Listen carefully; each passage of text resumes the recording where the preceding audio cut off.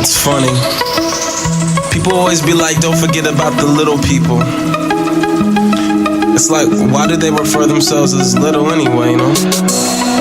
Why don't you just get big with me? Feel me? They can see it in my eyes. What's up, everybody? Welcome to another episode of Jonathan Title Podcast, brought to you by Mosh Pit Nation. This week's guest is Derrick Williams, a.k.a. Black Canvas. A little bit about Derrick and I. We used to live together and work together, as you'll end up hearing in this episode. Over the last handful of years, though, where I started kind of going more into booking my own shows and doing more of music in that realm, Derrick ended up kind of deciding he wanted to try his hand at hip-hop and rapping and so forth. And admittedly, in the beginning, it was a little rough, just like anybody is when they try to make their own art, their own music. It takes a lot of figuring out who you are and what voice is yours, as opposed to just kind of being a copy of what you like. I definitely think that's in any hip-hop that I've ever listened to. You can definitely see an organic growth of someone who starts off doing something, and you can kind of tell the obvious influences that they have to where they end up becoming a handful of time later, whether it be months, years, whatever, as they end up finding their own voice and becoming comfortable with that. It definitely applies to any musician, whether it be guitar players, bands as a whole. Music's all cyclical like that. It doesn't matter what genre of music that you are doing. Typically, I don't think I have had a rapper on this podcast, but something, as you'll kind of end up hearing me say during the podcast chat with Derrick, is there's kind of a lot to me that a lot of people don't know that I'm into. Case in point, my wife and I were having an Uber ride the other night, and this gentleman was listening to something, I don't know what exactly, and as the radio personality was talking, it was called like the Sweat House or something like that, and I was like, is this Keith Sweat? And the guy was like, yeah, he has a channel or a radio show on once a week, blah, blah, blah, and was kind of explaining all that to me. And I was like, oh man, was telling a story about how the Keith Sweat self-titled tape was one of my most stolen albums for a long period of time. And the gentleman kind of looked back at me, and I think he said that he was in his 50s or so and remembered when Keith Sweat was just coming up. And I don't necessarily remember that point in time, but I do remember when that self-titled record came out, and Nobody and Twisted and a lot of the other songs off of that record really had a big, were big hits. And I really love that record. I still listen to it a lot. Then, I mentioned, after the success of that, he started up LSG, Levert, Sweat, and Gill. It was like a power group of sorts of like the early 80s, late 80s, early 90s R&B kind of dudes. And the guy just kind of looked at me and was like, I definitely wouldn't have figured you like music like this between your age and just kind of how you look. And I think that's kind of very indicative of Derrick and I's friendship. I know over the course of knowing him for almost 10 years at this point, when I worked with him, he was just kind of out of high school, maybe within a few years. And, there's a 7 or 8 year age gap between the two of us. So at times it's very obvious, with some of the things that have happened in our lives and so forth. But I mean, through it all, we've been friends. We've had the loss of two of the people that have lived here at the house within a very short amount of time of each other. So I mean, we're kind of always bonded by a lot of things that happened in a very short amount of time of our friendship. But be that as it may, very much like I did with the Bringing Down Broadway and the episode with Brandon from Lake Effect a couple weeks ago, something I want to do is I want to try to showcase local talent. Just because it's a local person doesn't necessarily mean that they don't deserve to be put on a bigger scale, maybe and a bigger reach than maybe they have currently on their own. And I have seen the work that Derrick puts into his craft, and he is a very ambitious, goal-oriented person. And I'm always attracted to those kind of people. I like being around those kind of people because they make me want to be better and to achieve my own goals and stuff that I set for myself. So, I mean, the old saying, surround yourself with the people you want to be like. And Derrick is definitely one of those people that always, we get together. We'll usually have some drinks. We'll as you kind of hear in this, we'll have a little smoke on occasion. And we just kind of talk about our lives and just shit. Like we just have a good time having conversations with each other. Sometimes it's bullshit and it's just all in good humor and for a laugh, and other times it's about really serious shit. And I think at the end of the day, that's pretty much what I think a podcast really is for. And so we recently did one before we did this chat, and I think we make mention of that. But the unfortunate thing is as I remember doing it, I felt a little insecure about how I came across. The unfortunate thing with the world we live in now, of there being separation of races and so forth, I felt like people may not understand that Derrick and I, how far back our friendship goes and how deep our friendship is, to where when we talk, it's not necessarily like me being a white person and Derrick being, a black African American gentleman. It's just two people talking, and facts are facts, and, we may have opinions that slightly differ or whatever, but we don't ever let it get the best of us because, there's a racial divide.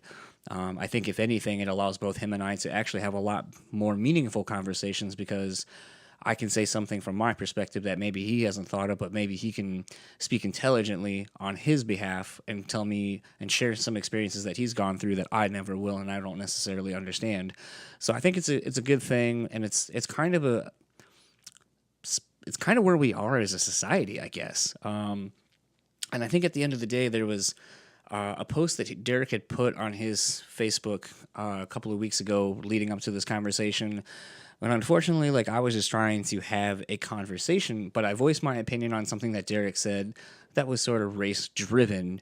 And I said, I don't think it has anything to do with a specific race. I think it has to do with an age group. And I know we ended up talking about that on this podcast, so I'm not going to get too much into that. But the thing was, I felt like I had to tread lightly due to someone, possibly not knowing who I am or what I've been through or anything, and saying that my opinions aren't valid because of my skin color. And I think there's a little bit of irony in that if someone were to do that, given, in light of what the actual message was that we were both trying to convey within our sentiments. But as a whole, Derrick is one of those people, like I said, he has been putting the time into his craft. I think he's got a lot to say. I think he is, like I said, one of the small handful of people I know that's of, that young mid-20s, where, the world is kind of at your fingertips, but you can still, the world is at your fingertips, but on the same token that a lot of bullshit can get in the way as far as, what can cloud you as far as friends, jobs, so forth. I know when I was in my mid-20s, I kind of was starting to think about where I wanted to be in the next 5 years. I had maybe just started dating my wife around that, what would become my wife at that point. And so it's interesting to try to almost kind of see how my parents are with me when we talk about things where, my dad or my mom will give me advice and they go, when we were your age, blah, blah, blah, blah, blah. And I realize I say that a lot, blah, blah, blah, blah, blah, to kind of get through the point. But I realize that I kind of do that with Derrick sometimes, where we have conversations and, we'll have an hour, 2 hour long conversation about something. And I realize I always preface by being this is how I went through things when I was your age, and I know it's your life and you have a different life than I do, and so on. But, I think these same principles of life apply to me then as they do to you now. So it's kind of interesting to try to be a little bit of not a mentor, but just someone who is trying to pass along information and knowledge that I've gained over my years of dealing with people. And especially once we start talking about music stuff, I've kind of been some places that, and taken my booking career and so forth, places that he's not been. I know I have connections with people who are on a local level and so forth, can help him, I think. And, I just really want to work with Derrick to try to get him in front of people that he would maybe not be getting in front of ordinarily. And I just think that's all it really is. I think if you believe in someone and you got friends that you are doing their thing and you believe in it, you should try to put them on and try to get them in front of whoever you can, because that's what it's all about, helping your friends succeed in any way you can. So This is a long-ass intro, but I just really wanted to preface this because what I don't want is I don't want anyone to come back on me and try to, say some bullshit without understanding where Derrick and I's relationship is, where it has been. I mean, at one point, we went through some shit. I kicked him out of the house over some childish shit, kind of, but I mean, that kind of speaks to what I was saying earlier, where that's where I just think the age difference at times comes into play, and I think it shows even more how strong we are as friends, because in light of some of the bullshit we went through, we both were able to kind of put it aside and realize that sometimes, like money and other things like that, it's fucking petty, and at the end of the day, a friendship means more than those kind of things. So so without further ado, this is my conversation with Derrick Williams, aka Black Canvas.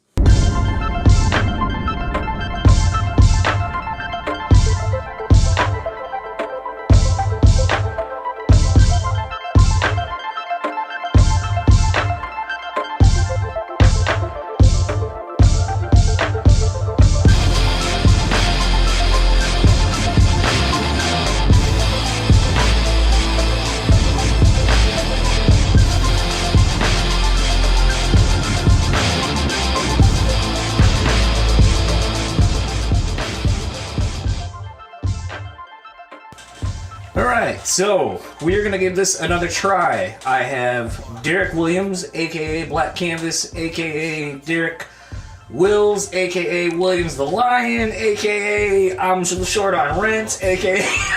You stupid as hell.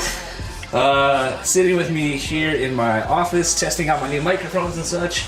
A while back, we actually tried doing a podcast, and I just generally thought it didn't come across the way I wanted it to, and on par with how I do this. It was a little racy. It's a little hard to say that when you're the one that doesn't come across racist.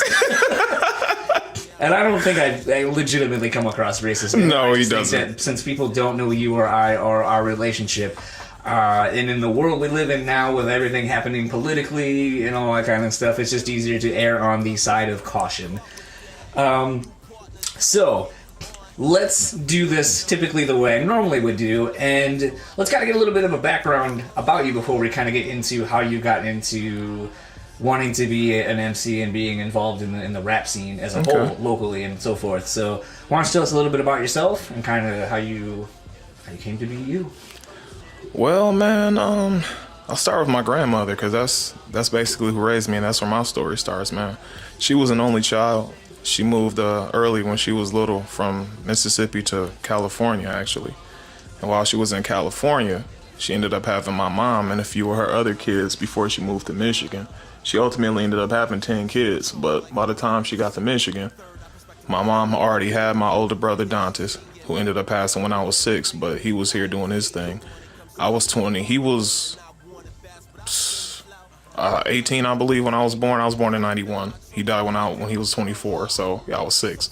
So yeah. And then my little brother David he's 5.5 years younger than me. He's 21 now. But so my grandmother was raising us since the early 90s on the southeast side of Grand Rapids, East Town, Uptown, Bemis area, you know what I'm saying? Everybody know what's up, who from here, man. But it was it was hard times, but it was, it was beautiful, man. I learned a lot. She taught us lessons you wouldn't typically learn out here anywhere. So it's like she made us all strong. Like what? What kind of lessons are you referring to?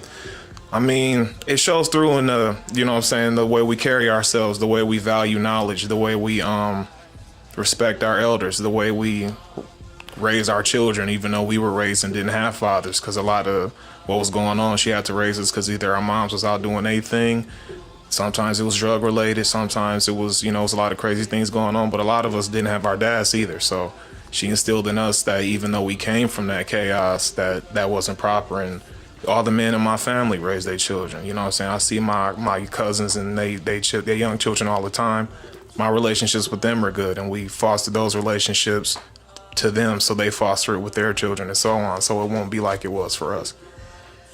With you and I kind of being slightly different in age, I think collectively we are probably like 6 or 7 years difference in age. Mm-hmm. But I feel like it's enough of a generational gap, sort of, to where some of the things you were just kind of speaking on are things that we have constant conversations about when we hang out.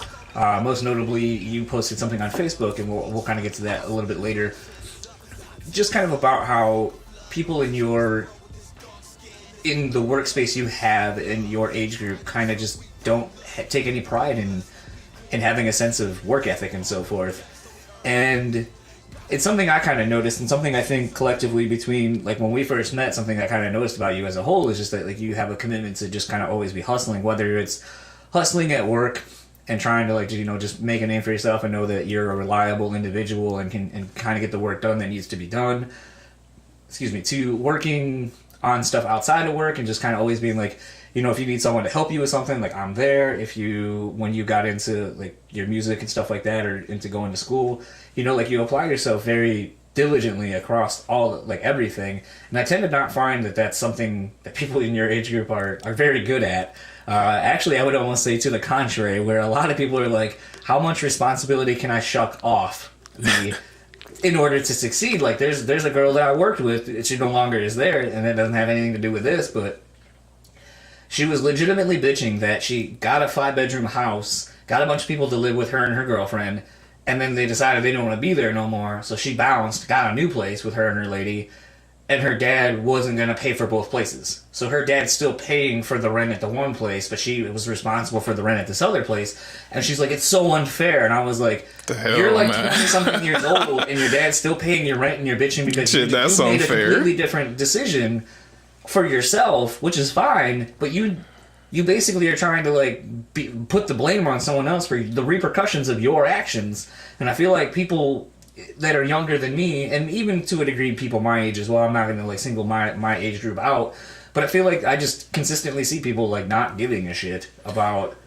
work ethic and stuff. And so, I mean, to me, to hear that, like, you were raised very similarly to how I was raised, where it's like, you know, your word is your bond, and, like, you know, people gotta trust you and know that when they ask you to do something, you're gonna fucking do it.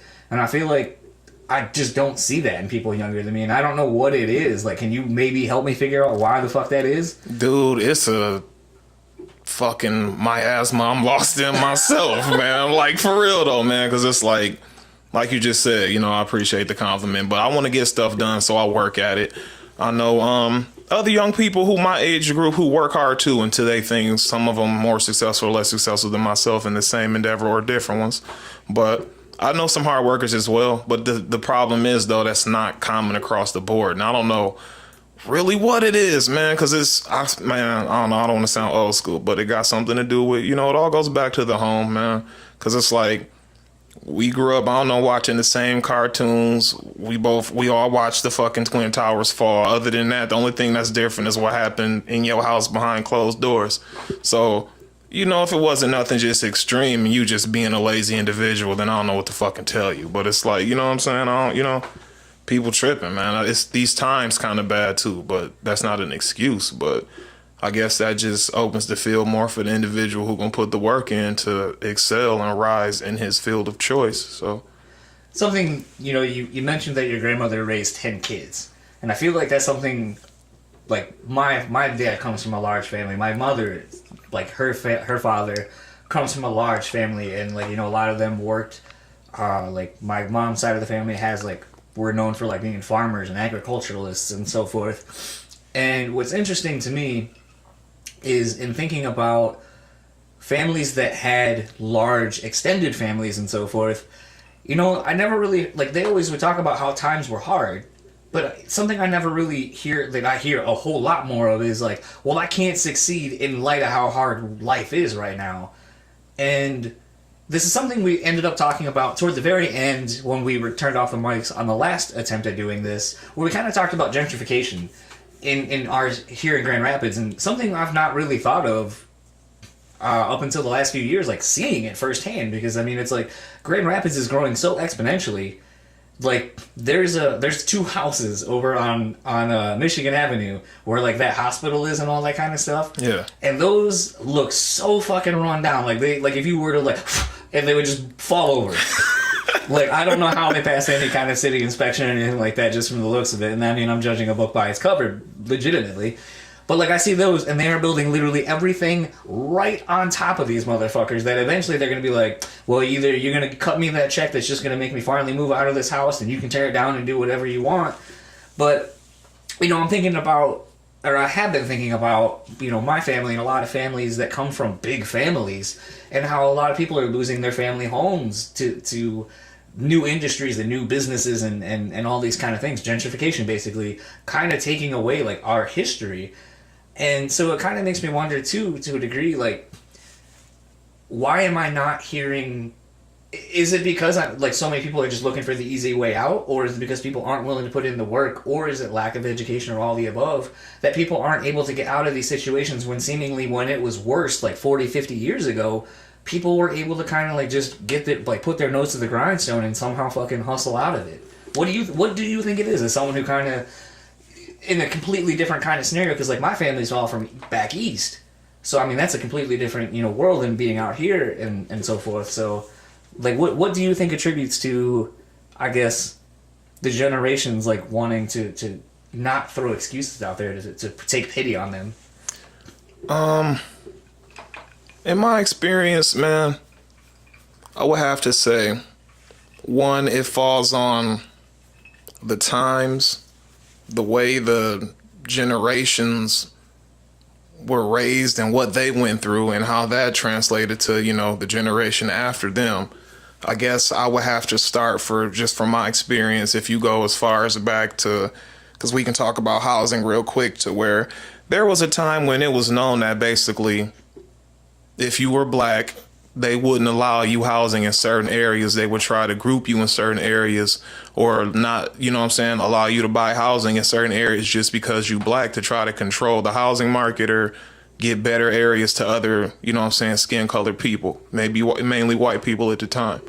So if you take that into effect, and then you think about the same things with schools and how that can affect schools and every other aspect of everything that's being used, not to say that's an excuse, but if you just consider that for a moment, just take a generation. I'm myself a generation 1 or 2 after to when that was cool to do. So if you coming from a generation that don't know to invest in buying in their homes and paying, and pushing money into their communities to grow their communities and whatnot, then you per se won't be able to teach that to your children, who won't teach that to their children. So I guess knowledge like that can get lost.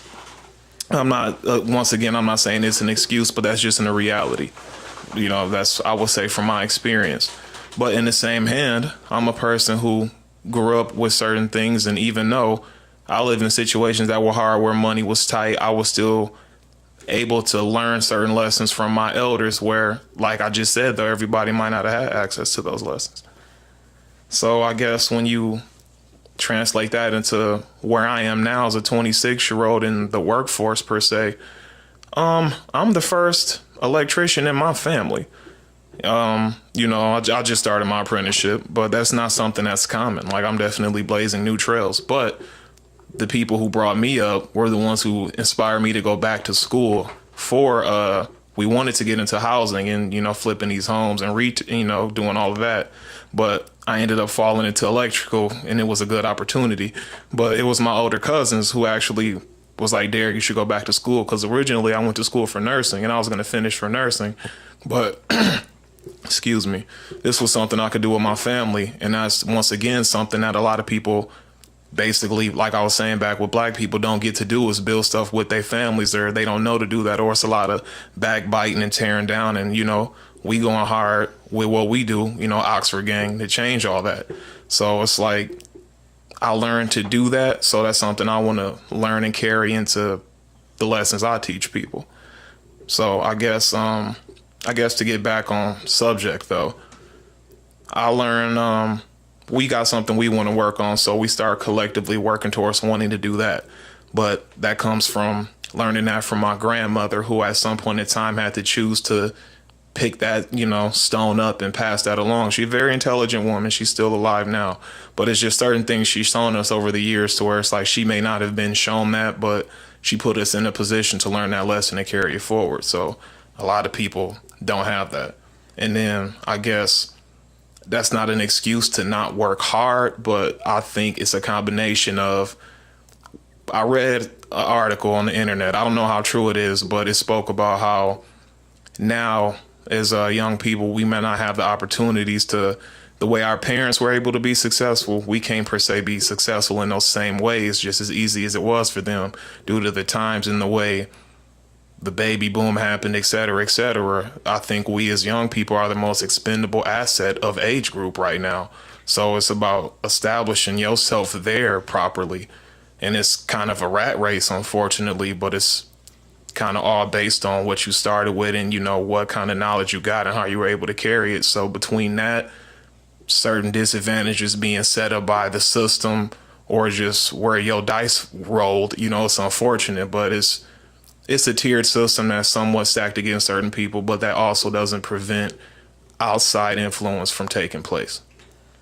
So it's funny you kind of mentioned that your grandmother took it upon herself to pass down information and knowledge that she's learned, and I think that's kind of what anybody who is in that familial relationship with having younger generations below them is, you try to expound upon the wisdom that you've given or you've learned and give it to them so they don't not only make the same mistakes, but maybe they can kind of fast track to some of the successes that you were able to have. I know that's something like my dad always talks about, like, you know, he may take an hour and a half to tell me a lesson, but like at the end of the day, the whole point is so like if in that hour and a half, like I don't spend 2-3 years learning from him or making the same mistake he made. But you know, everybody didn't learn that, so you know what I'm saying? There is that for sure. But what's funny, and I was thinking about this the other day because and it's shit like this, like where it kind of made me like want to cut stuff out from the last episode. But like I think what I'm about to say, I think, you know, because I recently rewatched this movie. And it's still fucking relevant, and everything that's said in it is still true, which makes me firmly believe that the lessons I learned from within this movie, even though it shouldn't necessarily apply to me, I apply it to my life because, I mean, anything that is real is real. It's based on fact or whatever, and if you can apply that knowledge in an applicable way to your life and be prosperous in it, then, like, how is that not legit? But I was recently rewatching for like the 40th or 50th time Boys in the Hood, and I'm reminded of the scene where Furious takes God, you would think I'd remember the names too. But when he takes Cuba Gooding Jr. and Morris Chestnut's character, and he talks about how there's so many liquor stores in all like the ghettos and why they do that, and then you see like these truth ads basically saying almost 25 years later, I think at this point, they're basically re-saying that same shit. Like, wow, isn't it crazy how we have liquor stores in the ghetto? There's like so many liquor stores so we can basically keep these people down. And it's like, and I kind of think about that in a completely different way though too, where it's like, there's so much in Boys in the Hood where it's like, you know, Ricky, like, you know, he was a great football player, but he didn't really apply himself academically until he realized, like, shit, I need the academics to help me get to where I need to go so my football skills can take me to the level of getting paid and take my family out of the situation. And I think, you know, it definitely shows that every generation wants to be better than the one before them. Like, I want to be better than my parents. And, you know, we always hear this, but what does that look like? You know, like, you really think about that. Like, what does that actually look like for people? And you know, it's kind of where you're saying, like, how you were reading about how, like, baby boomers, like, started off and they have a better position in the same jobs that we're trying to go for now and people our age. You know, I was watching this video on the internet, and I'm surprised it didn't just spread like wildfire, which I don't know if it's because the message is so fucking spot on that people didn't want to, like, share it and be like, this. Or if it just went over people's heads. Like, sometimes with some real shit, I just don't know if people don't get it or they're afraid to share it and look bad. But, like, if this dude was like, okay, we're gonna have a race, and this race is for like $100 or whatever the fuck it was for. It was some petty prize of cash. And the guy goes, okay, so I'm gonna give everyone an opportunity to get further along in the race. If you've never gone without a meal, if you've never blah, blah, blah, take a step forward. And like people were like just taking these monster steps forward and all this kind of shit. And then there's a lot of people left behind. Mostly black. And then he was like, all right, now I want everyone to turn around at the end of this, if you haven't done that. Like, it's kind of like the most saddest game of, like, never have I ever. And I was just like, man, I can't believe, like, as a white teacher, this dude was allowed to do this. Because, like, I feel like people wouldn't... I feel like the fucked up part is I feel like the privileged white families would be like, I don't like how you made my kid look. Like, how do you know where they came from, blah, blah, blah. It's like, I never said that they were anything. I just said, if you haven't experienced these things, take a step forward. I'm not saying that you're overprivileged or anything like that. I'm just trying to make a point for everybody to see that not everyone has the same starting point as everybody. You know what I'm saying? And like you said, this is before the race even starts. Before it even starts. So it's just to think about not being taught basically, hey dog, before this race even start, look where you at. Picture not learning that lesson properly, having to pick up that ball along the way, and you got to play catch up. I'm just saying, it's a lot of people who get, whether it be the prison system, having these kids out here early, just the various pitfalls for men in general, men, women, white, black in general, everybody, you know what I'm saying? But the pitfalls before you even start the race. But it's just...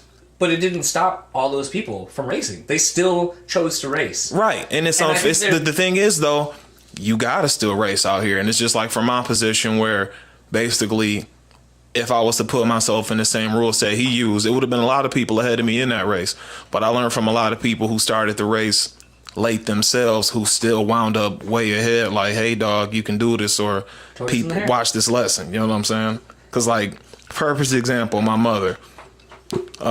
She had some stumbles in the beginning, but ultimately she was able to turn her life around, get to a place where ultimately she was able to live everything she wanted, be able to spend money she wanted to, be able to do a lot of things that she ultimately had to put in a lot of work and play a lot of catch up to be able to do that. Per se, some people who maybe take for granted their position on that in that race and where they start from may not realize the actual gravity of, dude, you drive whatever you want to, all your bills paid, and there's gas in the car, you eat whatever the fuck you want to.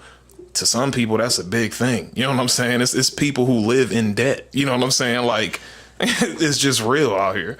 I think it's been kind of crazy. Like, we are recording this a day after Thanksgiving, Black Friday, and like my wife and I went to the Lions game last night, and they lost, and that is what. Of course, they won in spectacular fashion, where it came down in the last 30 seconds, like a typical Lions game. You know, they gotta get you excited. But the thing, that's been interesting in the last couple of years, like, her and I both come from, I would say, lower middle class, for sure. And working hard to get what we have is not lost on us. Like, we were making the comment the other day when she was like, well, what do you want for Christmas? Just kind of the thing couples do. And I was like, I don't need anything. I was like, I wanted an Xbox. I wanted the new Xbox. I fucking busted my ass. I worked overtime. I saved my money. I sold some shit I didn't need or had less of a need for than what I wanted. And it is a want. But I was like, I already got the thing I really wanted because I busted my ass to get it. And, she basically just had the same thing, like, where she got a newer car because, like, her car that was better than the one she had. Like, she was able to upgrade through busting her ass and paying her bills and doing all this kind of stuff. But, sometimes we have these conversations about, like, just being broke. Like, there's some food Bridget legitimately won't eat because she's like, it tastes like being poor. And that, it's a weird concept to me to think of, like, for her to say that. But it's like, I remember, and maybe this is why I really don't fuck around with, like, peanut butter stuff anymore. I'm starting to get back into it. But, like, legitimately, probably 10, 12 years ago. So not really that far removed. A third of my life. My friend and I were so fucking broke. We had to go to a food pantry and go get free food. That our roommate, who was too embarrassed to go stand in that line and go be with those people to get a helping hand, a hand out.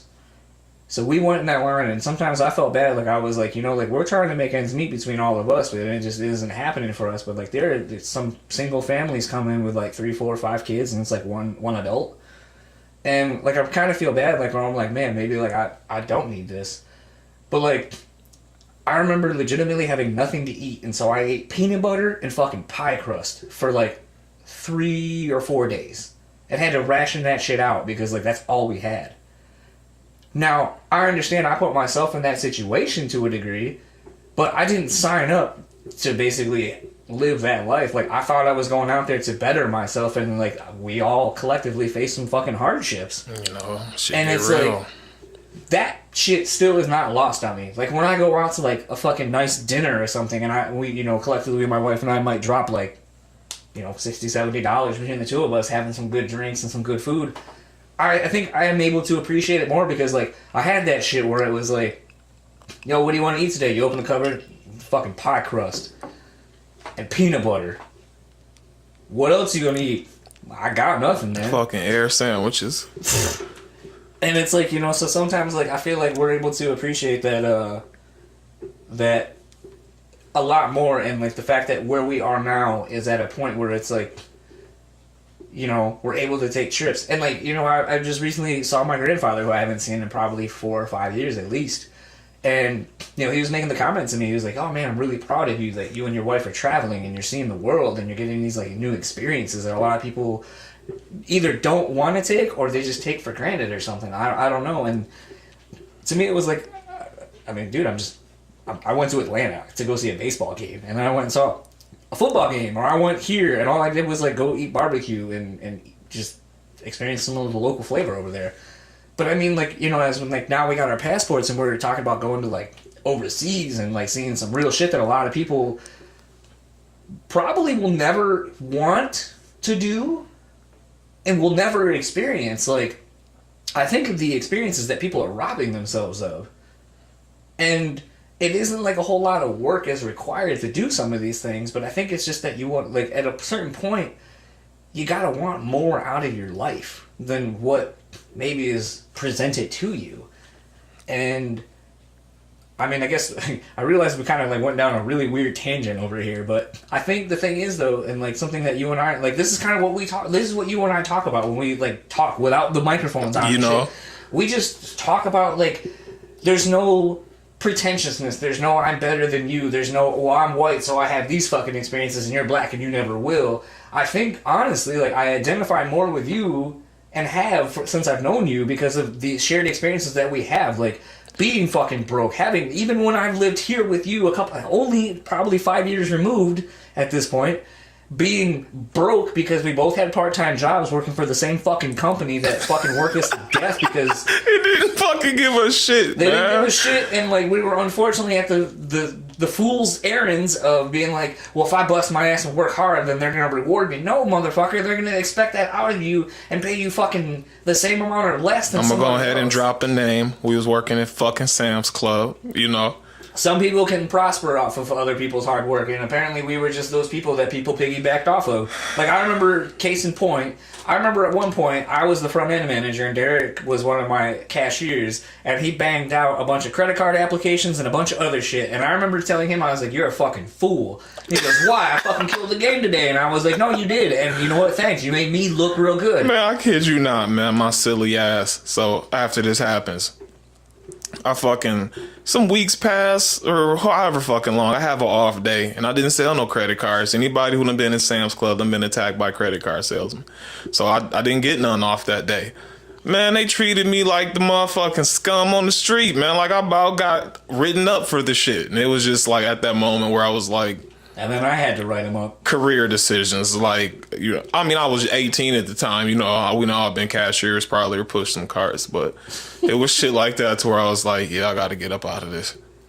It was just, it's interesting because in that situation, like, I'm trying to find a way to build the people around me to be a good team. Like, not everybody, and this is kind of really bringing it back to where we just were, but it's like, we had a conversation a couple of weeks ago at this point where basically I was saying, like, a perfect example was, like, I would spend an hour or so with everyone on the one-on-ones, and while I would get in trouble for spending too much time trying to build my team and finding the strengths and weaknesses of each individual, it turned into this thing where, like, I got results at everyone when they were on my ship because I knew how to position them with other people who were stronger in other categories. Like, maybe you're my fucking plus guy, but somebody else is, like, my credit card person. All right, well, I'm going to put you two together, and I'm going to have you bang out plus and credit, like, left and right, coincidentally, what they became known as, because we didn't want people to to know that they were basically being sold and that we were, like, profiting off of these people, like, doing these things. But, I mean, it is what it is. It is a big box corporation.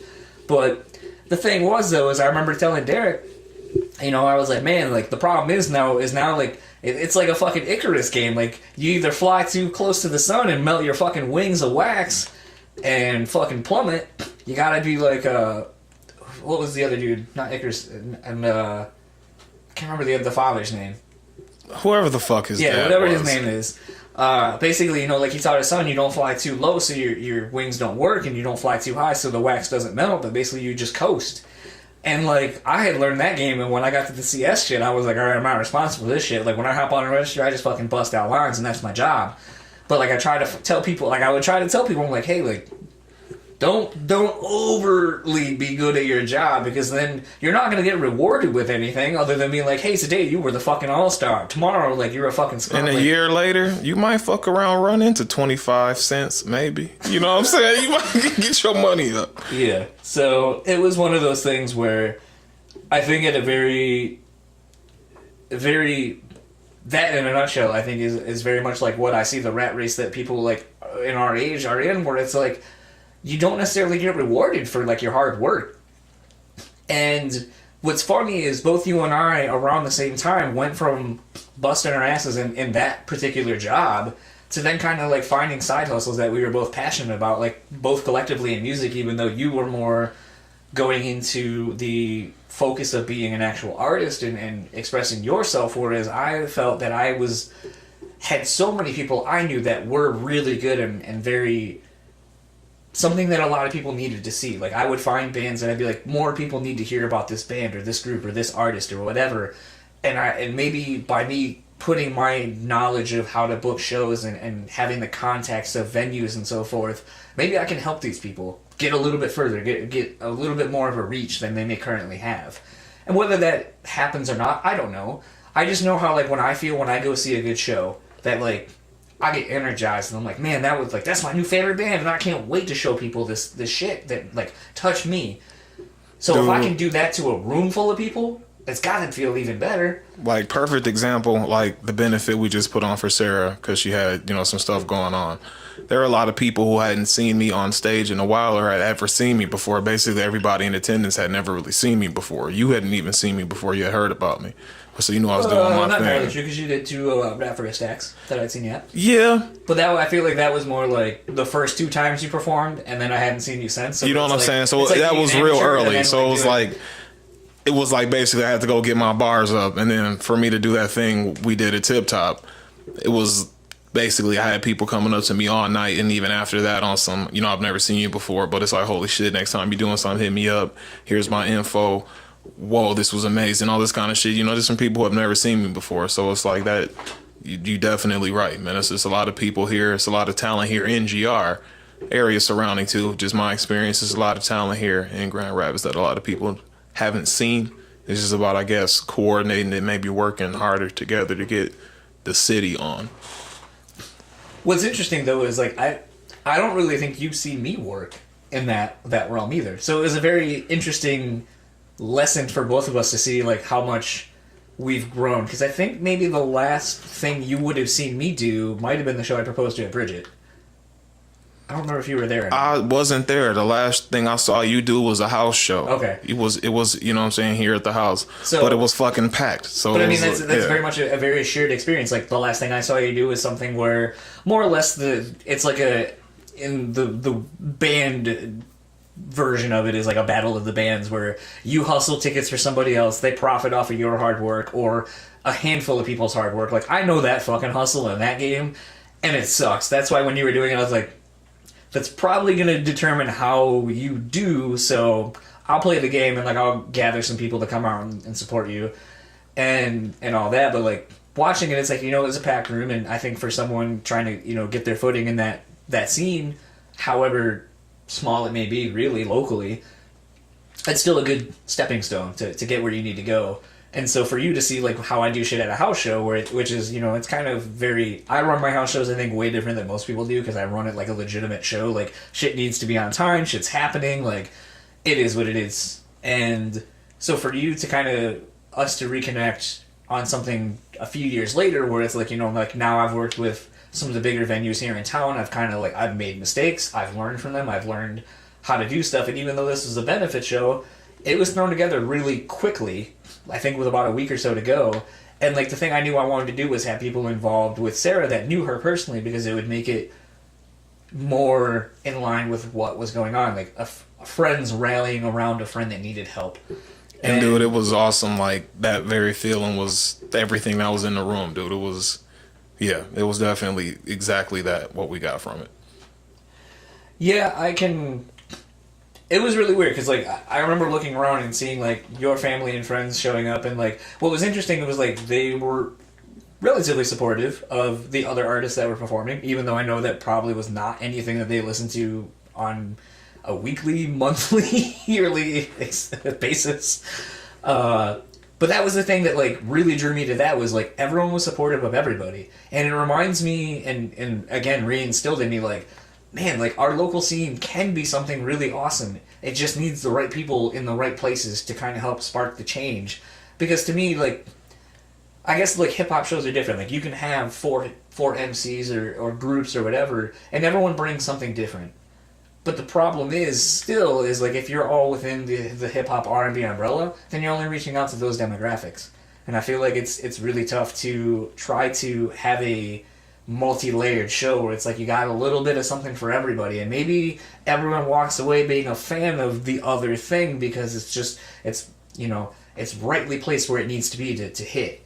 And it really bummed me out when I thought I had a good lead on getting you a night once a month or something there, because like you said, there was so much positivity and positive feedback on that night that I was like, man, like there's not really anywhere for our local hip-hop scene to go right now, because everyone is, and kind of going back to what we were saying earlier, because there's a negative stigma attached to hip-hop shows.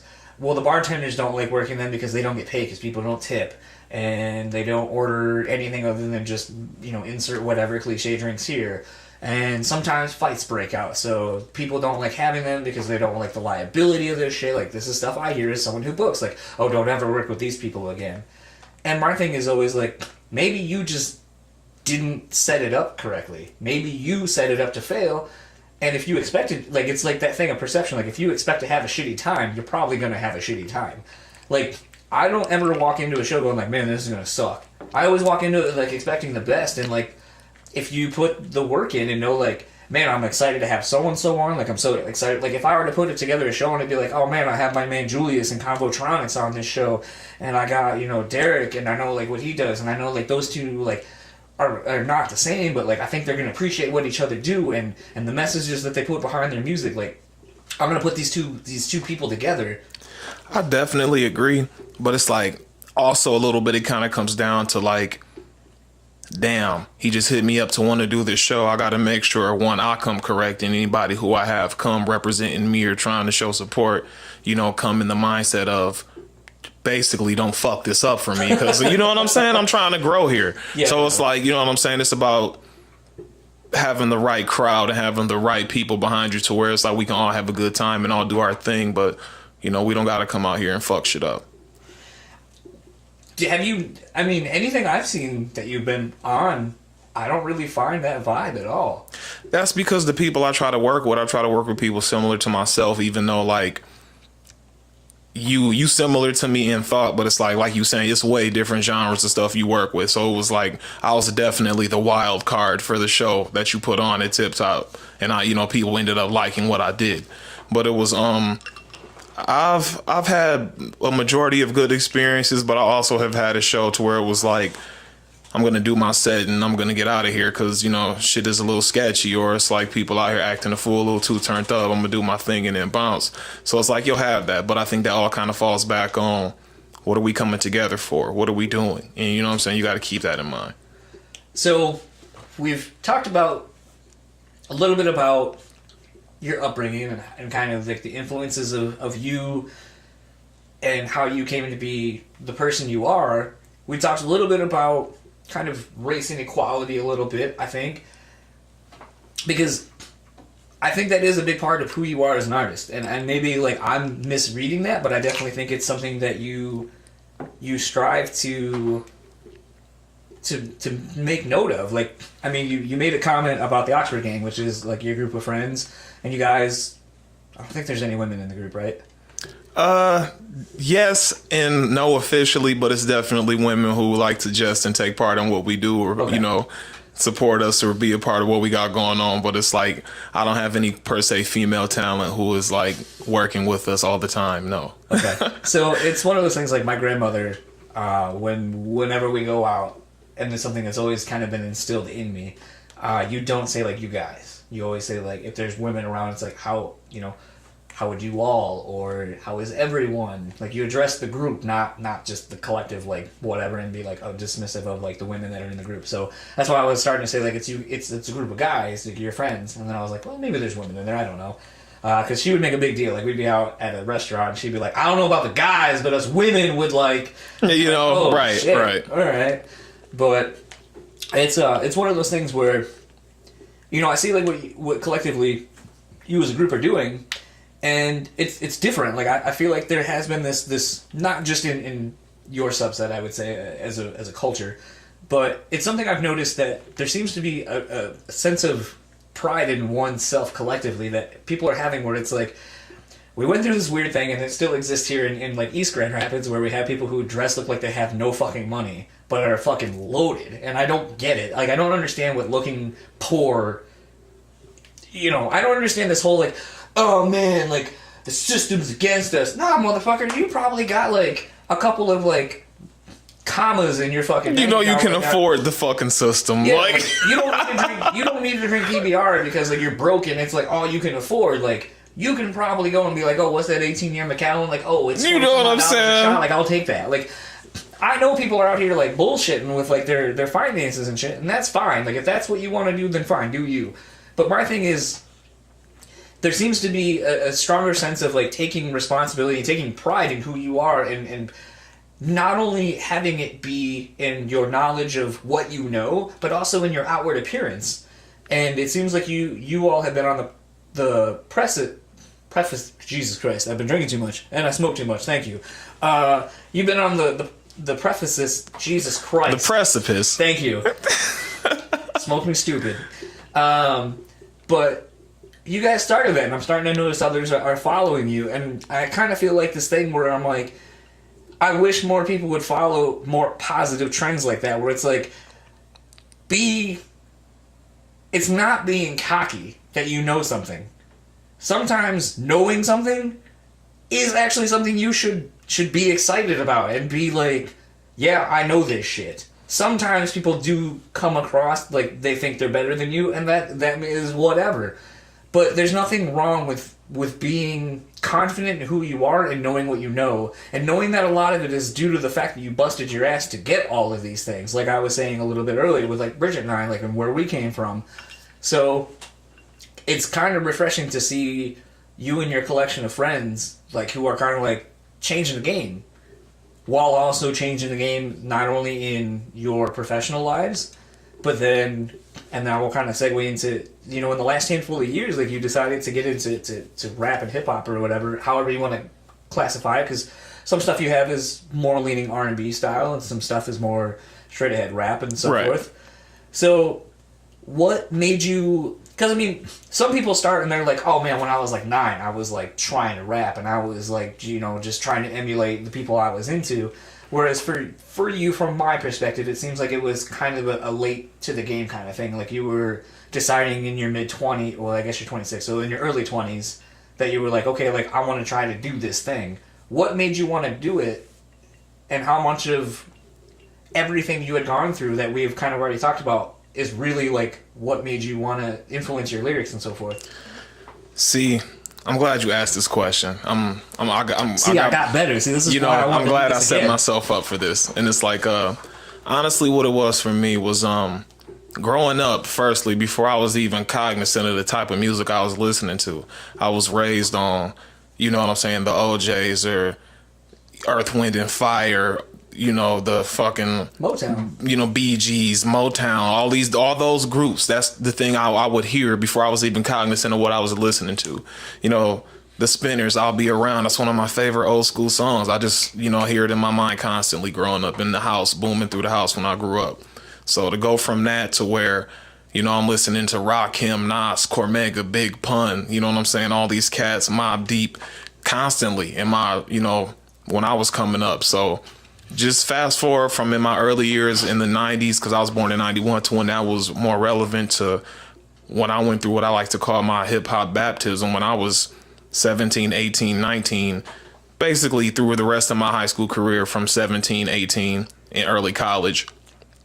I was, you know, listening to all this 90s hip hop, hardcore, to where it was like everybody else was listening to more Lil Wayne style stuff or more newer stuff. That's where you get into more of the, basically this whack rap shit, man. You get into this mumble rap, this kid bullshit, man. I come from lyricism and substance, so my peers are listening to that, you know, shaking their ass to that, and I'm just, you know what I'm saying, filling my mind and ears with this Nas, with this Big Pun, with this Cormega, with this Rakim, with this Half a Mill, you know what I'm saying? Even, but it's recent cats that kick back to that style too that I listen to, like, you know, rest in peace to Stack Bundles. He one of my favorite artists. You know what I'm saying? Lupe Fiasco doing his thing now, and even those cats influence me.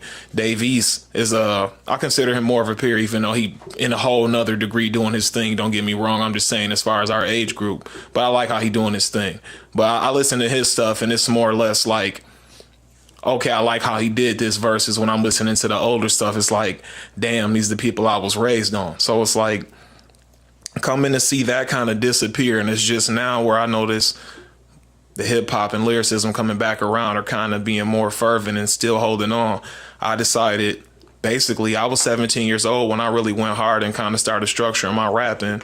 It was, you know what I'm saying, y'all know him as Triggs on my tracks. We call him the Oracle around, you know, at the council table. But my nigga Brandon, you know what I'm saying, was getting me more into, so you really want to do this shit, I'm gonna help you, you know, set up your rhyme scheme, and really basically taught me how to rap along what I was listening to. So it's kind of funny to literally, when I was 17 years old, not knowing how to catch a beat, to some of the stuff I've done now, to where I've had people bum rush me, repeating my lyrics to me, like, how did you rhyme this with this in this manner? Oh my God. So it's, you know, it ain't even been 10 years in this. So just think about it like that. And I've made a few strides, my bad, but it's about going harder and further. So what have you been able to, when you look back now with what you've done, are you able to look back at some of those artists that you referenced? Are you able to look back and like notice little like tricks or like some nuances that you're like, oh, okay, like I noticed like when a beat goes double time here, maybe instead of going double time and trying to showcase how fast he can go, he slows it down, and like just kind of like little tricks like that, like time signature tricks, like where it's like people have little different nuances and cadences and things that make them who they are. Like, do you look back now and go like, oh shit, this was in front of me the whole time and I just didn't have the tools to understand what I was listening to? Basically, because it's like you'll hear a beat, or you can be hearing a song from afar, and just a lot of the times based on the beat or based on what you hearing a little bit of the lyrics of, you'll know what type of artist, man, that sound like some Nas shit, or you know what I'm saying, or you might just hear a lyric out of somebody's mouth, and based on how it was said, if it was said how the artist said it, you'll probably be able to tell what artist said it, because it's like, nah, man, I know kind of they content. So it's like, definitely I noticed the style of beat certain artists would use, or the way they would attack certain beats. And I've even sat and tried to dissect certain albums just for basically study reference on how they structured them, or how did they go about this, or how did they convey what they wanted to, the way they felt it was proper, to where years later I'm still listening to it and it's hitting me like a ton of bricks, and I'm just like, whoa, this is affecting me crazy. So it's just definitely I treat it as like it's kind of cool to be a student of the game as well. Is while I'm trying to also interact and be a part of it. What has been one of the more surprising things that has happened to you over the last handful of years of working? Like, what has been something that you've been like, when you look back and you're like, wow, I can't believe like I was able to do blank, or has there been like something that you just kind of look back and you're kind of in awe of, like something that you've done since doing this, especially having it be so early in the career of doing this? I would say it would have to be things like I mentioned, from literally just my start and not per se knowing how to attack a beat, to being able to pull together a mixtape, to being able to go past that and build a scheme for my raps or for my mixtape as well.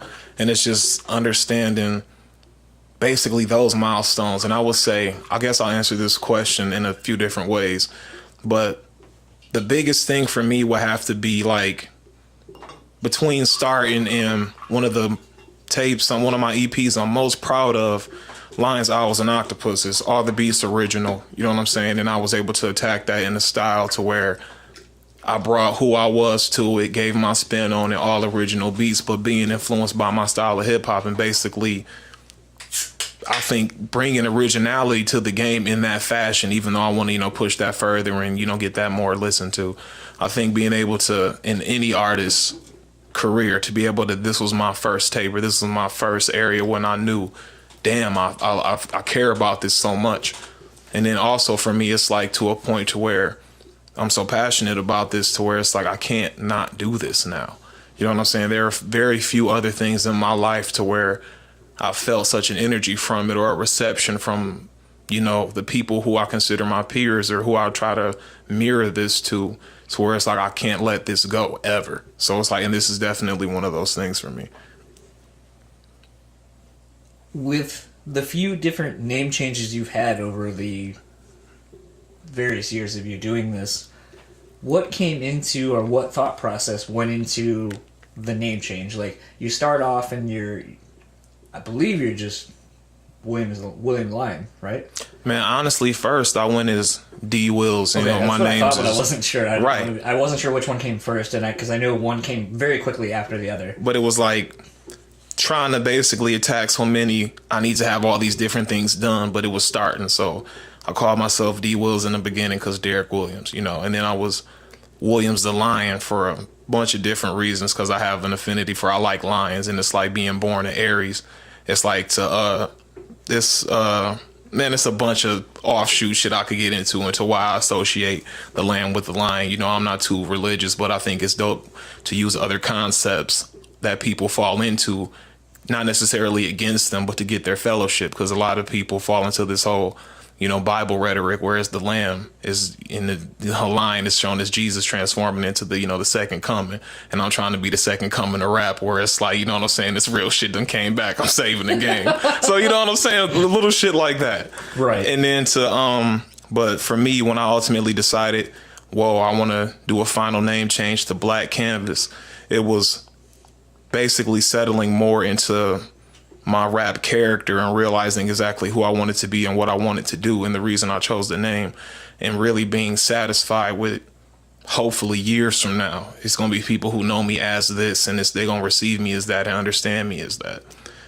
So with changing the name to Black Canvas, like, what was interesting is sometimes I feel like I read way too much into things that you don't, man, because that's what I like my listeners to do. And I don't mean to cut you off, but to answer the question I know you're about to ask me, the reason I call myself Black Canvas is because with a lot of my studies involving, the universe, mathematics, philosophy, Hermeticism, Gnosticism, so many different things, you know what I'm saying?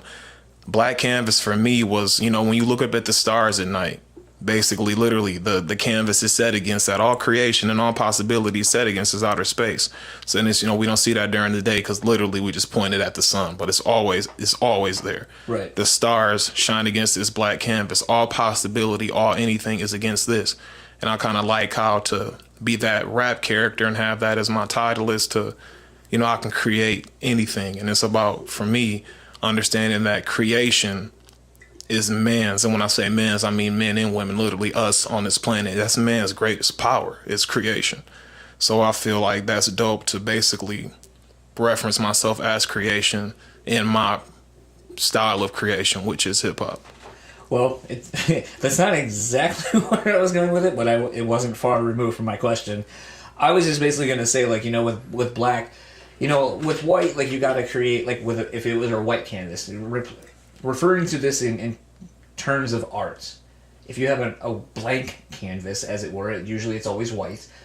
You got to place a foundation. You got to do a lot to get to a starting point, really, with that canvas. And so, in what limited aspects of art that I'm aware of, because I enjoy art, but I'm not very not very good at painting and a lot of that stuff. Like, I had an art class and I did pretty fucking terrible at it. But when you came out with Black Canvas, I was like, a lot of things you can start. Like, black is a great starting point. Like, you can do a lot of great things, and a lot of beautiful things can be seen on a black canvas because of how it allows things to shine and allows things to And it's like, and it's funny how, like, I may not draw to it, but I like, for my fans or my listeners, as I like to say, because, to be able to call somebody a listener, especially in this day and age, means a hell of a lot to me. But I think it's also cool for, like you said, to so much beauty can come from a black canvas. I feel like also as a black person, it's, we constituted with a lot of, the darker you are in this world, the more pain you'll receive. And it's like literally just our history as black people is, fucking filled with pain and, abuse and all this kind of things. And it's about rising above all that. And I think it's just pushes more towards what I'm trying to do. It's like, as an artist, as a young black person, as so many things, I want to be, beautiful. Yeah. No, I feel like I get a lot of that, and even like I was just kind of saying, like, I felt like when the name came, I was trying to think of what does it mean in a very literal sense. How do I take it as someone who's listening to your music? Because unfortunately, like, as much as I try not to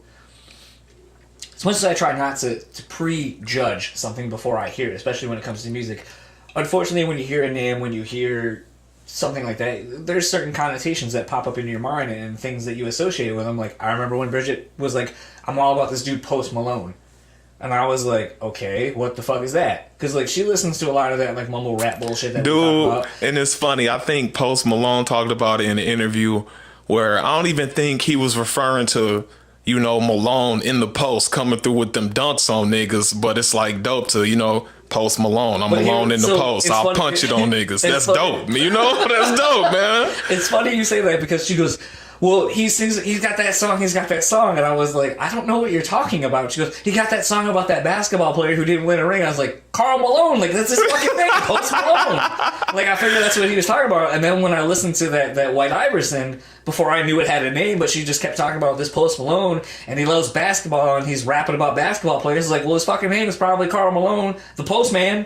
Like, yeah, okay, I get it. He didn't win a ring. Like, that's the whole thing. Like, and I thought that was, like, his whole gimmick was that he was, like, rapping about Karl Malone's career, and I was like, what the fuck is this? Like, are we gonna get to the LA Lakers period where he, like, signed up with the glove, and then you're gonna have, like, Glove Malone or something? You know what I'm saying? And then, but then, like, I heard White Iverson, and I was like, oh, shit, like, it's very funny. Like, I was recently, just, like, 2 days ago, re-listening to the Thank Me Now record that Drake put out, and then Take Care, which I think, as he's gone on with his career, I think, like, whether he has ghostwriters or not, I feel a couple of different ways about that, but regardless, I think, like, you listen to those first, like, couple of records, like, Thank Me Now, or Thank Me Later, whatever the hell that record is, that mixtape that he put out, and then Take Care. Like, there's some stuff on there. There's, like, a lyric where he's, like, talking about how, like, music and sports are so synonymous because they want to be them and they want to be us. And, like, I was thinking, like, when it came to Post Malone, like, I think he's, like, one of the few people that really, like, especially with White Iverson, where he was able to relate hip-hop and music to the struggles of, like, trying to be a musician, an independent musician, trying to come up in that game. And it's so... And the crazier thing about Post Malone is, like, that dude came from, like, my world of, like, hard rock and metal and shit, and then, like, decided to go down this other realm of, like, whatever the fuck, like, trap, rap, like, rap or whatever. And then you got, like... It's kind of weird, because, like, an old friend, like, a friend of mine who's in another local, like, hip-hop group here, like, he's always, like, showing me shit that I'm like, what the fuck is this? Like, he was like, oh, have you ever heard of Little Peep? And I was like, what the fuck is that? And he goes, I was like the marshmallow candies? And he goes, no, it's this rapper dude who, like, he, like, takes, like, trap beats and puts, like Morrissey type style, like, raps over them, like, rapping about emo type shit. And I was like, what? Wow. Like, that makes no sense. And then I listened to it and I'm like, okay, this is interesting. I don't know that I like it, but I don't hate it. And, that dude just died, like, 5 days ago. Yeah. And like now everyone's like, oh, who the fuck's this Little Peep dude? I heard about that dude about 8 months ago through my friend, from my coworker. But then like he showed me like dudes like Little Uzi Vert and like all this shit. I was like, when did Little become the thing again? Like, dude, I feel like it's like I don't know if it's the washout of everybody who followed after Wayne and wanted to be Little Wayne when they grew up. But you see it, dude. I don't know. But what's interesting though is I feel like, and this is kind of winding down and everything. I feel like like you and I have that night at the Sarah show, the benefit show that I threw that you were on. We talked about the things that we are doing right now, you and I. Like you're doing your rap stuff, like you got like your fuck. I always want to call it Squid and Whale thing because have you seen that movie? First of all, no, I haven't. Okay, that's a really fucked up movie, but it's got the kid from it's got Jeff Daniels, who was like Dumb and Dumber and like a bunch of other movies. He's from Michigan. And then it has Jesse Eisenberg. It was like an independent movie. And it's just like, it's wildly weird. And the point of it is, like, at this museum, there's this like battle between the squid and the whale. And they kind of talk about like, oh, who would win and so on and so forth, because each has their own strengths and weaknesses, and it's just kind of a really weird thing. And then there was a band that was from Michigan as well called Squid and the Whale. I don't think they were related at all. I don't think they watched the movie like, yeah, we're naming our band after that. So I know it's the octopus and... Yeah, lions, owls, and octopuses. Lions, owls, and octopus. Okay. But whenever I think of octopuses and stuff, I always think squid and whales because they're similar. But... we were talking about how, like, because the main platform that you and I both kind of put our stuff on is SoundCloud. And SoundCloud has been kind of really interesting because since I ended up putting my podcast on there, I've become a lot more aware of the culture, the SoundCloud kind of culture that, supports itself. Like, you find people that comment on your stuff or they'll share your tracks or whatever. And, you and I were talking about, like, with the analytics that you can find on SoundCloud as a content creator, you see, like, oh my god, like, someone from fucking this country that I'll probably never go to, listen to this. And, they commented on it. And that's major, dude. And it's crazy. And it's like, I think about, like, we're literally sitting here in my house in my newly redone office. And I'm one of those people that checks my stats all the time. Like, oh, how many listens am I at? Where am I getting listens to? So if I decide to spend my money to, like, hey, I think I got a really good episode, I'm going to, like, put some money behind it, try to get some more listens, try to get some more followers. Like, that's just kind of the game and the hustle that this is. And you got to pay attention to your analytics because you got to know Sam's Club, got to know your business. If Sam's Club taught me nothing, you got to know your business and you got to know your customers. Yeah. Customers are your listeners and your fans, so you got to know who they are, where they are, and what they want. So you can kind of keep creating things that are catching. And so, like, you were telling me, like, you were in contact with somebody who was from where?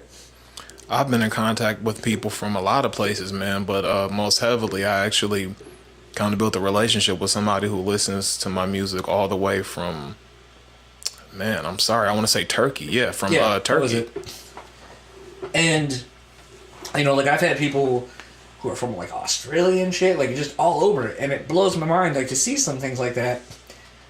And I think on a very small scale, like living here in Grand Rapids, Michigan, two people who are just pursuing something that they're interested in, how fucking crazy it is. Dude, I think shit and like, you're building real relationships with people who live hundreds of thousands of miles away from you. And I think it's honestly those things that ultimately, if you keep pushing it, it'll kind of come down to maybe how serious you are, how passionate you are, or how much you want to do.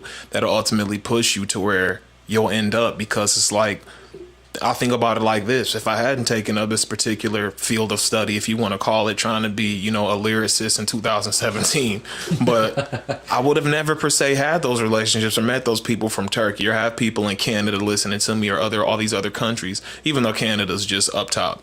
But still, what I'm saying? The hundreds of miles I'll never go, people in other states, people I would have never per se been perceived by, and I'm, with me being a scholar of many things, I want to be listened to. Because ultimately, if you possess knowledge and don't share it, it's worthless. So I think to be able to say you have an audience is major. And it definitely means a lot that the lesson in, if I wouldn't have undertaken this, I would have never gotten this far. You know what I'm saying? And I think at that point, it just becomes about the message you want to share and what the listener wants to do with it. Because even if it's only one person whose life you influence, even if that's not what you want to do, it just may happen from them taking you in. That may change worlds. You know what I'm saying? It's just, you know what I'm saying? Cause and effect is real.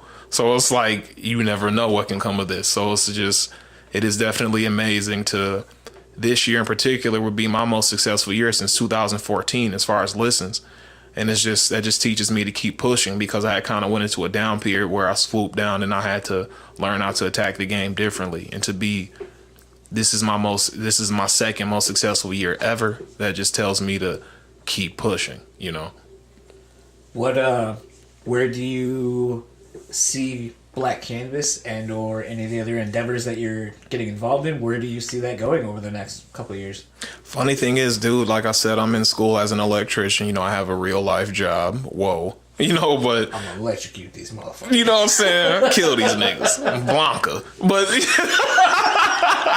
but no, man. By the time I'm 29, I'll be in a position where I can go ahead and test for my journeyman. So that's pretty cool, because like I said, no other electricians in my family.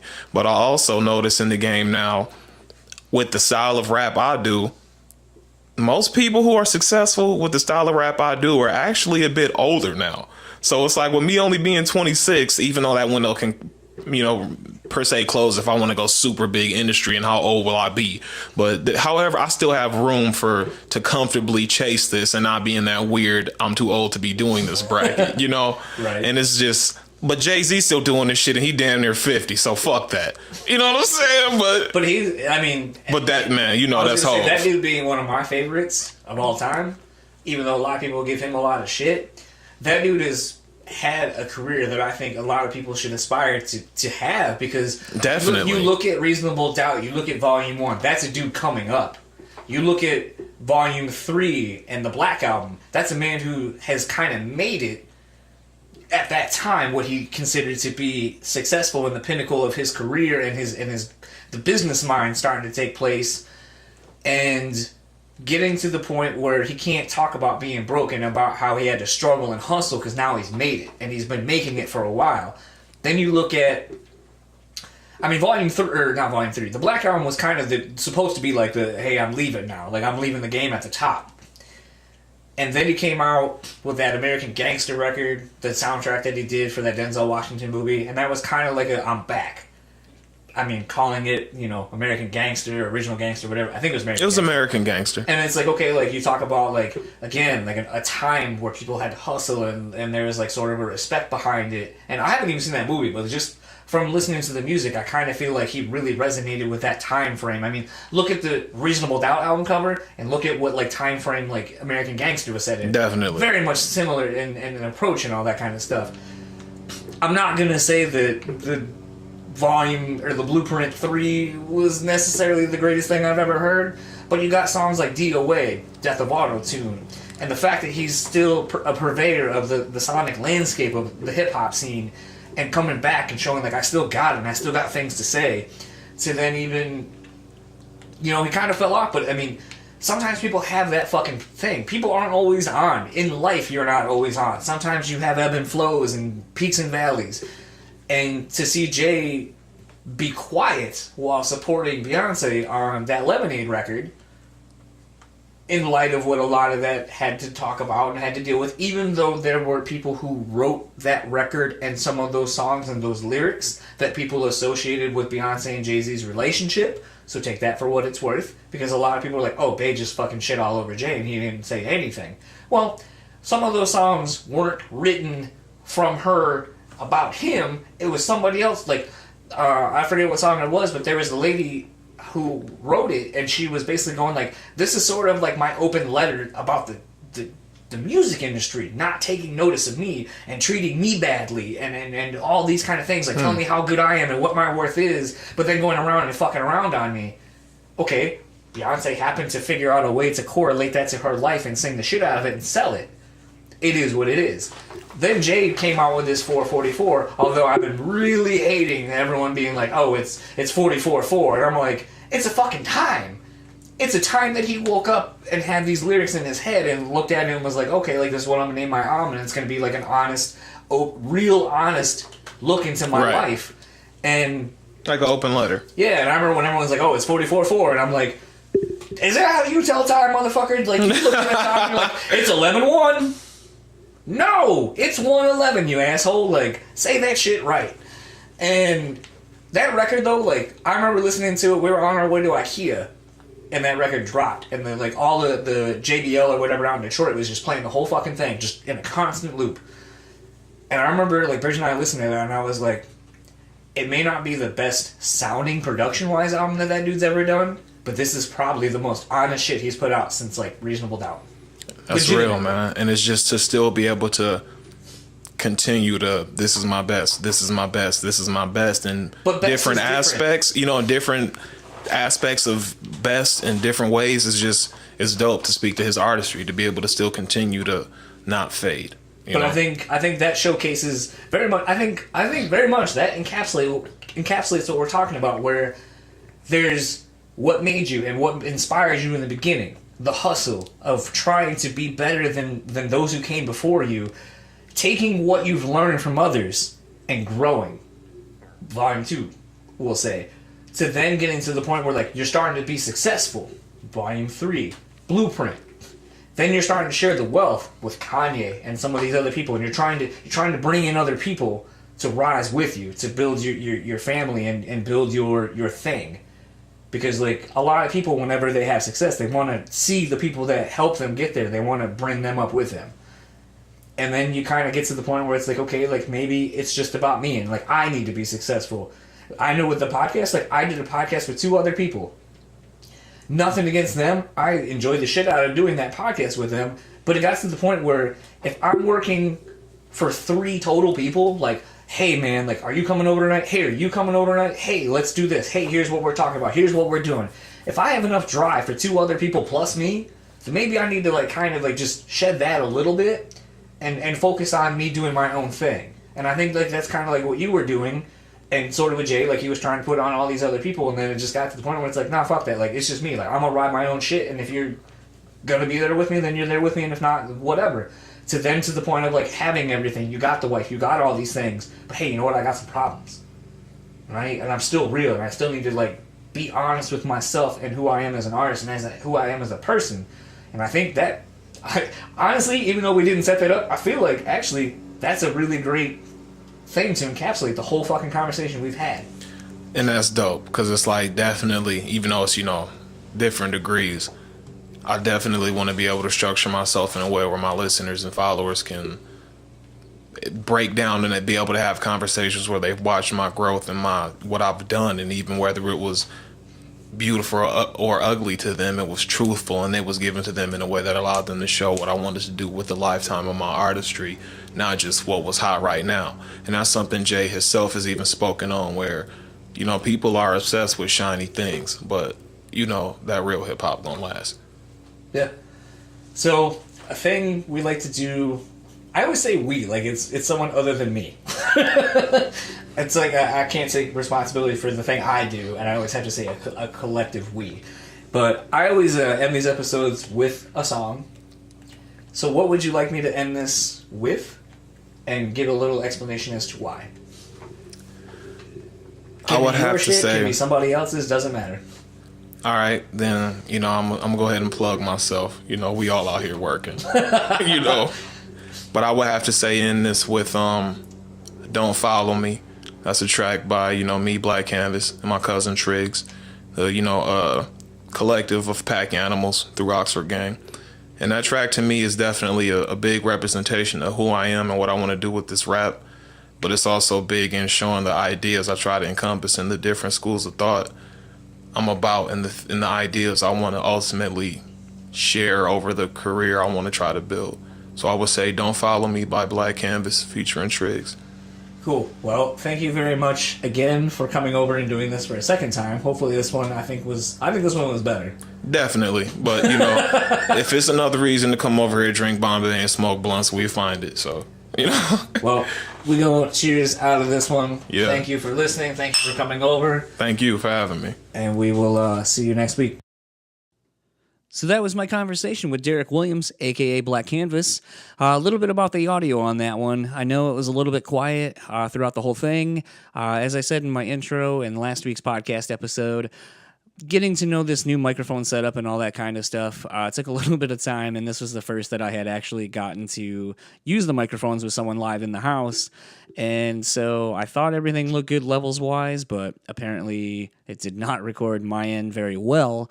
I've obviously since figured out how to do all that kind of stuff with the new interface and the new microphone setup. But I kind of fixed everything in post as much as I could, and I think I did a decent job. I listened to everything, and when I listened back to it, it sounds pretty good.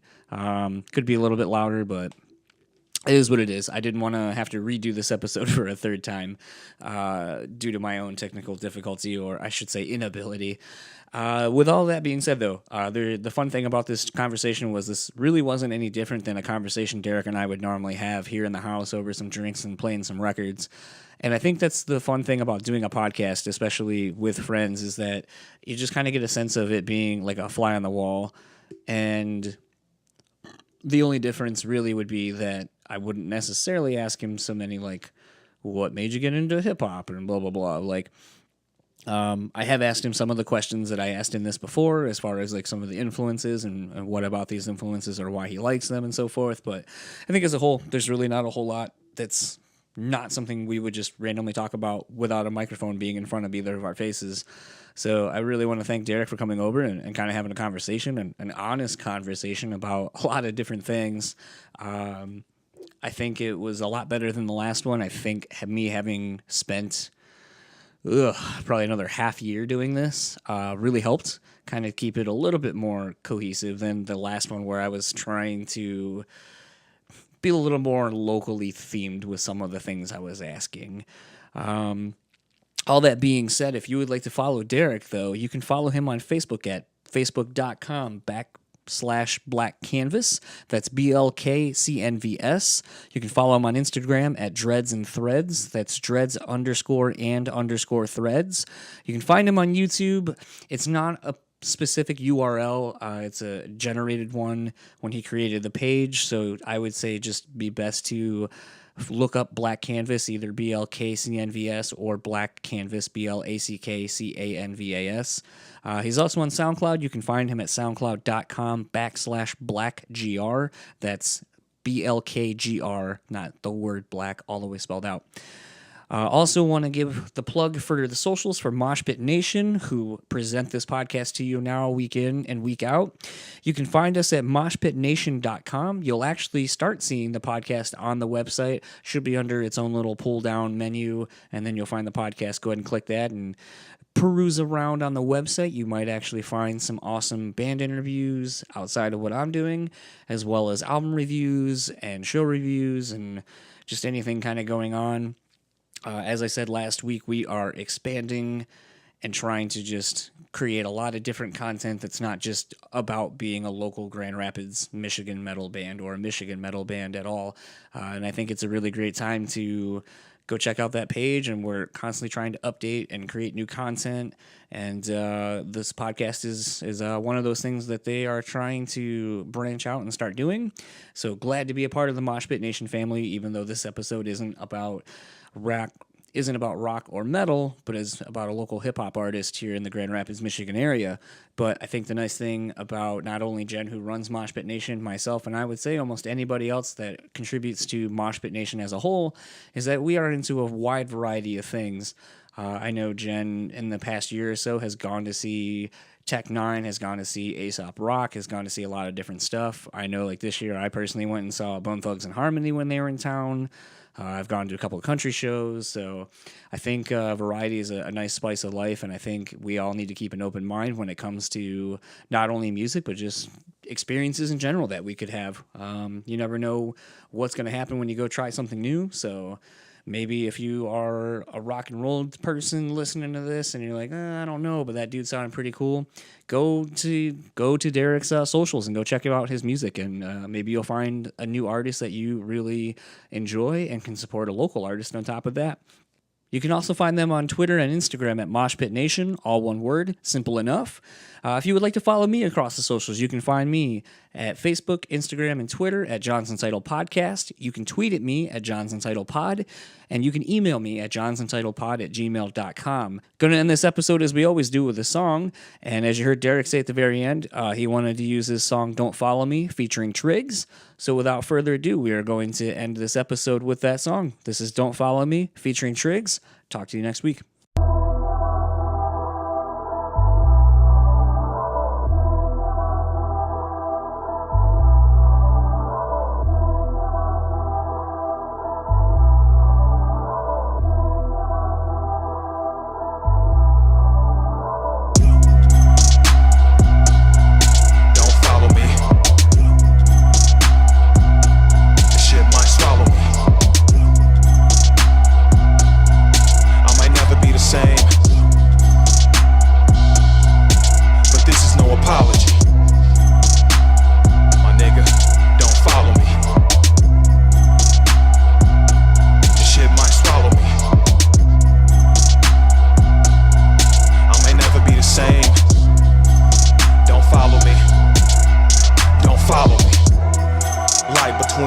Tantric, my manuscript.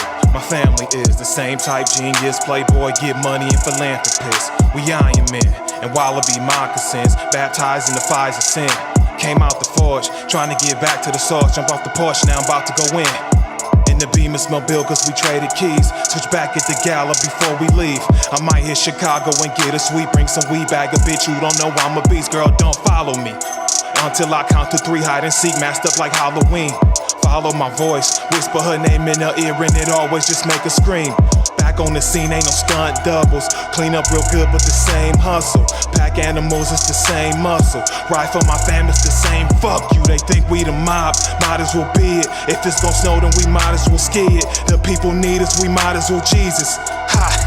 Make new believers, no church in the wild, just temples and man, no ink on these pages, my dog understand. Mystery schooling these niggas, my religion was breaking down mathematical plans. Dancing with mommy, smoke zombie and trance. Wingtips and Kenfields if ever I land. Whipping this bitch like a free slave, no they never gon' catch me again. I open my mind to the universe, saw myself in the dark and the truth emerged. He was unmoved by the movement, studied the blueprint, he never swerved. Threw me the keys, told me that's my word. I woke up out the trance, about to put in work. A new school of thought when I spit this verse. A narrower path through the universe. Don't follow me, my nigga, don't follow me. This shit might swallow me. I might never be the same. Don't follow me, don't follow me. My nigga hit him with the all black flow. Mystery school master of the cash flow. Travel down the narrow path, squeeze through the doorway. But you wouldn't understand that though. Came from the 80s, I don't recall that shit. In the 90s, saw niggas do crack flips. Just a kid in the field doing backflips. But I was on that block where that pack lift a nigga off his feet. Turn him to a god in the street. Putting that hard on the street. You can't be a hero trying to put niggas on, cause their ego is too hard to defeat. I seen niggas turn snitch, turn bitch. Other niggas got robbed when they got a job. Me in the company, we never running. Nigga act like you want it till you Fortune 500. Welcome to the dark side, flight 100. All we do is get money, fuck bitches, make plans, break bread, shake hands with real niggas. Putting in work like field niggas. Don't follow me, don't follow me. If you don't like what you see, no apology. And if you try to see what's inside my head, you gon' meet a real nigga psychology. But you probably not ready far as I can see. Me and you, that's a huge dichotomy. Your bitch in my face, then she probably gon' swallow me. Nigga, like I said, don't follow me. The earth on tilt, pack animals leaning. Sun shining, that's the way that we beaming. Live through the night, grind all day. Drink away the pain, trying to chase away our demons. Don't follow me. My nigga, don't follow me. This shit might swallow me. I might never be the same. Don't follow me. Don't follow me. The lion, the owl, the octopus. Connection was destined, we overtook. My slide through informs, excuse my rook. It's chest for the castle, we plot like crooks. Like those Sekes, hiding from the sun rays. I don't always go dark, sometimes Bell be cool. I roleplay with your bitch, but don't act the fool. Gatsby on these bitches, then switch my boo. Zoom, bullet like God when he shot me. They ain't never seen this much soul in the body. Dress hang, that's the power coming from inside me. Cause I'm riding with me, I don't ever go without him. That's God to God, against the odds, beginning to end. So hot that we cast mirage on the sands of time, dime for dime, till niggas come up and we going job for job. Star for star in these galaxies, square for square, checking these degrees. Find why fit is isosceles and we can build it all. Such simple things. Engage creation, affairs with greatness. Pour up, then I spit it like a wine tasting. Heard it from the grapes through the vine. Just wait, raise a glass to remember the time taken. Then back to my focus, rapping my motives. Dollar touching fold like the leaves of the lotus. Back out the tin, I don't wanna be noticed. I'm beaming my eyes, I can see when I close them. Closing the distance, the time is approaching. Hunger my games when these lyrics are spoken. Lupe throwing targets back at his spit. Got me swinging my sword for my sheath, then open. I'm gone on these niggas, my canvas. Start shining, contrasting my blackness. I see this shit different, I'm in Martha's Vineyard with double vision getting blasted. Only laugh when I'm with family, very few who understand me. That's why I ride for the ones who do. If you don't, just know I'm black. Don't follow me. My nigga, don't follow me. The shit might swallow me. I might never be the same. Don't follow me. Don't follow me.